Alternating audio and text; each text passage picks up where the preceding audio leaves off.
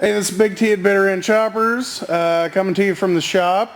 We're going to take a look right now at a build that's going on here in house. This is for a new style Triumph. That's correct, right, Al? Yeah, it's I believe the base bike, the donor bike was an 02 Bonneville, I believe. 02 Bonneville Triumph. Doing it for Mike Goebel out of North Dakota. And what he's kind of going for is kind of an old school bobber looking type bike. And we're going to do a little bit of a tour of it. Here we go. Give you kind of an idea of all the conversion stuff we do for the modern Triumphs so that you can marry up the metric with the Harley standard, SAE standard kind of stuff. Save a lot of money because you use the Triumph front end from here down, wheel, brakes, everything. Same on the rear. Just use our frame, some aftermarket HD triple trees, maybe some aftermarket stuff like this crime scene chopper's headlight, spruce it up. We're just going to kind of run this down for you, give you an idea of what we can combine. You'll end up with a build that's probably less than 10, 15 grand, depending on what kind of parts you choose, how much you paid for your donor bike. That looks like $1 million. So anyway, back to you, Big T. I didn't mean to interrupt you too much. Oh, no big deal, man. We're just, starting off, I guess we'll start at the front. Pretty much using the stock wheels on this bike, correct? Yeah, and one of the things we just finished up today was kind of fun. We made this little spacer. This is a wide glide width front end, and on the stock Triumph is a lot narrower. What we're trying to do here, or what we have done in the past, like we did on the original Trump card, is we're using the stock brake, but since the front end's a lot wider, what we did today is we just started with some billet block aluminum. Drilled it and countersunk it so it fits on there. Basically what we're trying to do is just bring it in about 1 inch so that the brake will fit and it'll bolt right up to the front end. You want to get a side shot of that, Big T? Yeah, we'll get it over here. Just kind of disappears in there, but it's one of the little things we do on these Trump card builds that allows us to use a lot of stock parts off the donor bike. Also stays true to kind of the Triumph heritage. Using a lot of the Triumph stuff, so you truly have a Triumph build. Yeah, it's kind of one of those things that nobody really thinks about, but it's kind of a quintessential part of the whole thing. See, coming back up to it, looking at the motor, just the stock Bonneville engine actually turned out fitting really, really nice into the frame that we built. He's running just a little sprung solo seat.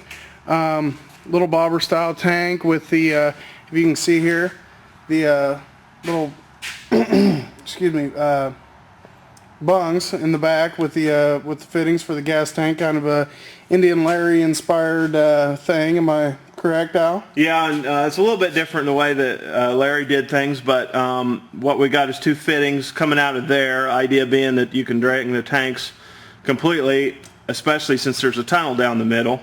What we're going to do is we're going to pipe these down to this little aftermarket chopper fuel selector. It's got 2 inlets on it, one for left and one for right, and 1 outlet.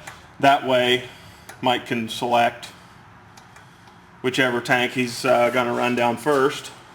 Threw on these these are just a little aftermarket K&N after filters we got from a company called New Bonneville that makes little aftermarket stuff for these Bonnevilles. That kind of a way to chop it down and make it a little more bare bones, which is what we like. Let's see what else. We'll go around the back of the bike here. Oh, the brake bracket, not all the way hooked up on the rear, but this is how this will go when we tack it on. We just took this is the stock rear brake from the Bonneville. It has a massive, heavy, thick slotted part that goes on the swing arm on the stock bike. We just chopped that off and machined that smooth. Don't need that. That's just extra baggage, basically. Just took a piece of 3/4 stainless steel, drilled and tapped it for these metric hind joints, and took a piece of 1-inch round rod slug, fish mouthed it so it fits right on the tube real nice, and that's pretty much how that's going to tack on there. We just haven't tacked it on yet. We've got Big T did all the machining a few days ago. We just haven't had a chance to tack that on there yet. But that's what will stabilize the brake. That's what when the brake grips will keep it from moving either direction. but you've got your stock, rim, tire, brake, disc, sprocket, everything. So basically able to reuse all that stuff from the donor bike. Yeah, kind of one of the handy things if you can save a lot of money, you know, being able to use some of your stock parts as opposed to doing a you know, a complete transfer conversion, whatever you want to call it. And you know, the money really adds up quick and that kind of stuff. Same thing as we got on a lot of the other builds. A lot of other bikes we do is the regular trailer style rear fender. Real clean look, and you know, the price is right on these. What we're going to end up doing, if I can jump in, is we're going to just we just welded on some little tabs to the frame we built, and when I got time, I'm just going to make him a little 60 bar out of brass that bolts to the rear fender so that it's nice and strong. The fender's already been what we call ladder, where we add reinforcement. We cut up a fender and add it 3 places. Here at the bottom, here at the middle where it bolts to the upper fork, and here where the 60 bar strut combination is going to be. It's what we call laddering, but we add that in every fender when we mount a fender. It makes it twice as strong. Basically, it's like making the entire fender out of double thickness. Right on, right on. Pretty much, I think these are the same stock pipes on this bike, aren't they? Yeah, we just took the stock pipes, cut them like we did on the original trump card that we built for Kevin Cook that was in the horse. Just cut it right here. The frame's just this is a big twin width frame. And we just, because we're big twin frame builders, we just kind of use that as the basis. It's a little bit too wide for these stock pipes. So we have to cut them here just to rotate them out just a little bit so they'll clear the frame.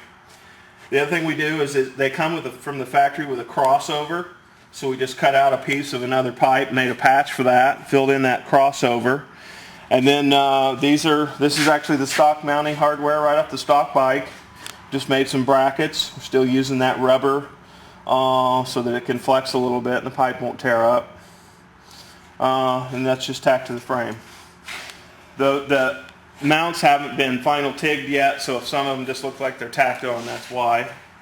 This is just kind of a version of our standard bitter end battery tray. We like everything real raw boned and out in the open. We just modified our standard tray that we sell on the site. The difference here is the battery's laying down instead of straight up like it is on the trays on the site. And we mounted it a little bit different. We wanted it to be as low and deep as possible, so we mounted it down in between the frame rails. This is what I call a builder's battery. It's 2/3 the size of a stock battery. We like to use these where we don't have a whole lot of amp draw. If it's a smaller motor like this that's going to turn over real easy, it takes up 2/3 the space but still gets the motor started. Right on. I'm going to take a little look at the axle on this bike. It's really actually a pretty simple yet somewhat ingenious, I suppose you could say, idea to minimize the number of spacers that you'd have to put on the axle and to still make it look really really clean and functional. And all it is start off with a piece of stock and turned it down to the proper metric size to fit into this right side tree, or not tree, I'm sorry, hole down here, and then turn down the center section from where you can see right here all the way to the other end to the specifications of the metric bearings in the wheel, and obviously threaded the other end, and then just made a short spacer here out of I believe this is aluminum bronze material, just to move the wheel into place and kind of